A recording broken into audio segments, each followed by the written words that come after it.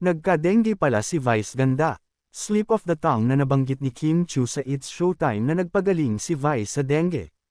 Parang wala atang plano ang komedyante na banggitin na nakagat siya ng lamok na may virus nung nagpasalamat siya sa isang medical clinic na gumamot sa kanila ng papa niyang si Ayon Perez.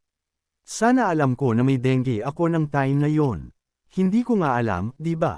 Nalaman ko na lang, nasa dulo na, ay may dengue pala ko, pagbabahagi ng komedyante sa kanyang naging sakit. Pero, ma, nakakabilib kasi hindi ka nang hina, hirit pa ulit ni Kim. Sagot niya, kasi nga, mataas ang immune system ko. Kumpleto ako sa mga bitamina, at saka healthy living na ko. Sabagay ang daming nagkakasakit ngayon ng dengue kahit pa sabihin mong sobrang linas mo sa katawan. Saka yun nga importanteng may awareness sa dengue at wag basta mag-self-medicate.